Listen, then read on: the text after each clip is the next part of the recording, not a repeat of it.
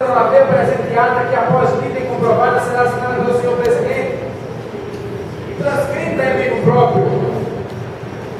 Algum vereador quer discutir essa décima sessão? Eu gostaria, senhor presidente, que esta ata fosse retirada de votação, porque acredito que se for submetida à votação, nós não temos quórum suficiente para ser votada. Eu acho que hoje é um dia onde dois vereadores estão ausentes, o vereador Miguel, que pediu que informasse a casa que está no médico com sua esposa, o vereador José Edivaldo Santana, que está em processo por conta da perda do seu pai, e pediu também que desculpa à população que se ausentariam diante desses acontecimentos. Então eu gostaria que essa sessão essa ata fosse submetida na próxima sessão com a unidade de todos os vereadores. Acredito que não há quórum para ser votada essa ata.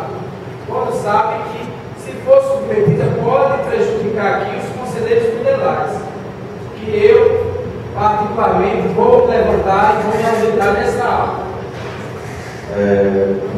Como Vossa Excelência falou, quem que eu direito de falar agora, eu sou aqui, acho que o único que tinha um motivo assim mais sério para votar hoje seria o senhor Dai, que teve a perda do pai, né? Acho que na sexta-feira, que faleceu, mas a gente não pode deixar os trabalhos em continuidade. Se eu for aqui pensar em quem vem e quem não vem, fica complicado.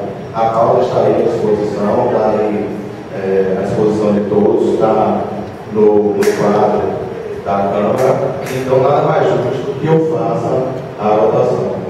Então, algum vereador quer discutir a ata? O vereador Giovanni quer discutir a ata?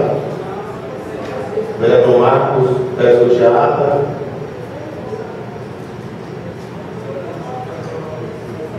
O vereador Clóvis quer discutir a ata?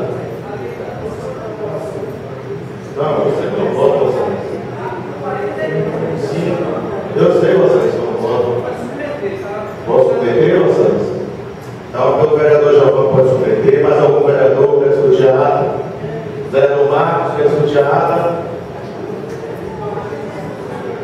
Então, o vereador que estiver de acordo, a aprovação permaneça onde se encontra, aprovado por unanimidade dos vereadores presentes. Eles estão presentes, né?